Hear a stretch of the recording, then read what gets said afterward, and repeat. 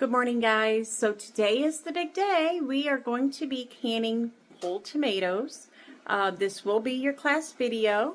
So I'm going to flip you around and let you see what we've got prepared so far. So hang tight.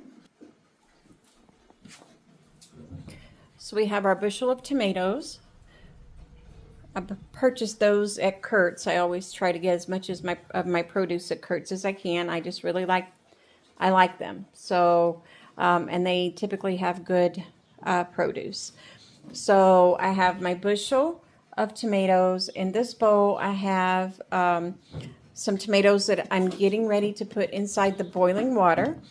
On every tomato, we're going to do a little X at the bottom, and that's going to help the skin to split and slip off easier.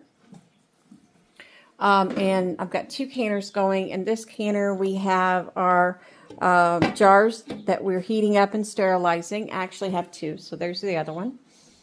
Over here, I have a clean, sterilized sink with very, very cold water. I'm waiting on ice right now, so as soon as the ice gets here, we will put the ice in. This is to stop the cooking process. So once we remove the tomatoes from the hot water, we put them in the cold sink, and then we'll move them over to the towels. We'll decore them. We'll slip the skins off. That's what this bowl's for. And then this bowl will be for the tomatoes. I have some sterilized jars all ready to go. Over here, I have my hot drinking water that we will put in the jars with the tomatoes, but it's hot. I have my rings and my seals. I have my lemon juice. You can use vinegar if you choose to. I don't like that, so I use lemon juice. We have our canning salt, and then, believe it or not, I actually have my vinegar and towels ready to go. So once the process gets started, I will bring you guys back, and we'll walk through it together. So I'll see you shortly. Okay, guys, so now we're going to take the slitted tomatoes. We're going to drop those in the water very carefully. Do not get splashed. Let's see if I can do it this way. Be faster. And again, they're only going to be in there for just a minute or two until the skins start splitting.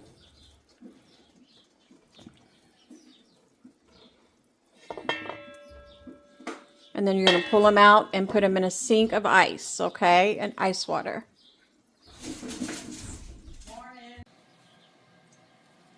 Okay, guys, so we have them coming out of the boiling water, and we're putting them in the ice water sink. Miss Kathy is taking the peels and the cores out. And that's what we're doing right now. Eventually we'll move these over to the jars, and then we'll cover the rest of the process here in just a second. Okay, guys, so now we are, we started off doing whole tomatoes, but then I just felt like we were wasting more of a jar. We couldn't get as many in.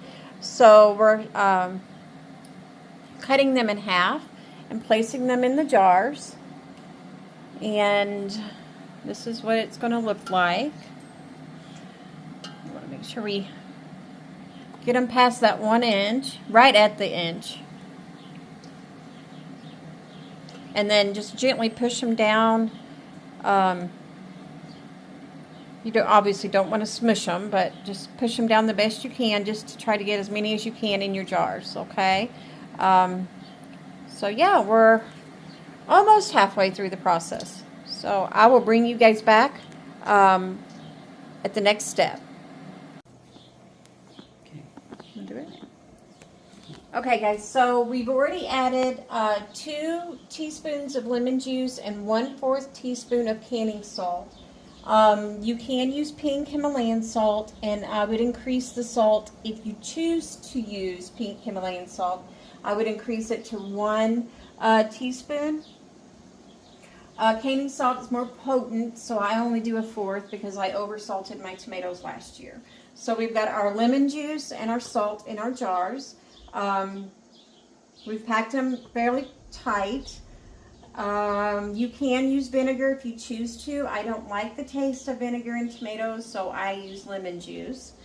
So now we're going to fill up to the 1-inch headspace. I'm sorry, 1/4 inch headspace.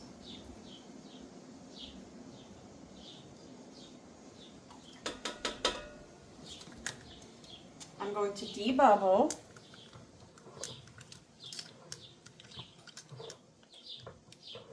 And I go all the way around my jars. Then I'm going to top it back off.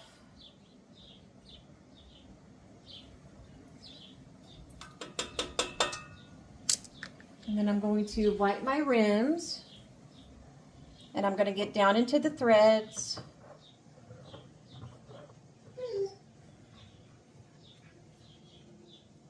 And we did decide to use vinegar today. You can use just a wet paper towel since there's no grease or anything that we're using in our tomatoes. But I just went ahead and got the vinegar out. So then we're going to put our seal and our rings on, and we're going to go fingertip tight only. And then we're going to put it in the canner. The canner is ready.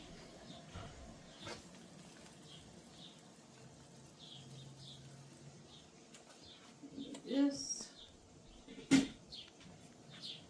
And these are going to, because it's going to stop rolling boiling once I start putting product in. But these are going to go for 45 minutes after the rolling boil. Okay.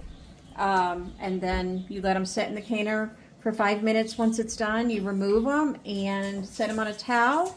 But I will bring you guys back when that process is done. Okay, guys, so this is a very good example of what happens, thermal shock. I just did it. So my jars were too cold, which I thought they were warm enough, but they weren't. I put one jar into my canner, and look, so my jar shattered inside my canner. So this is a very good example of thermal shock and why everything must be heated to the same temperature. So that is actually the first time that's ever happened to me. So we're going to let this cool off. I'll get it all cleaned out. So just keep in mind, it doesn't matter how seasoned of a canner or preserver you are,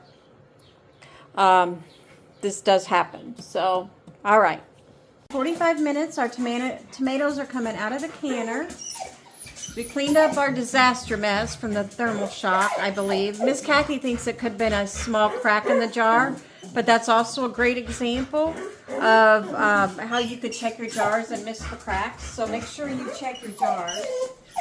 So then I'm setting them on the towel, I'm spacing them apart, and I am not covering them at all.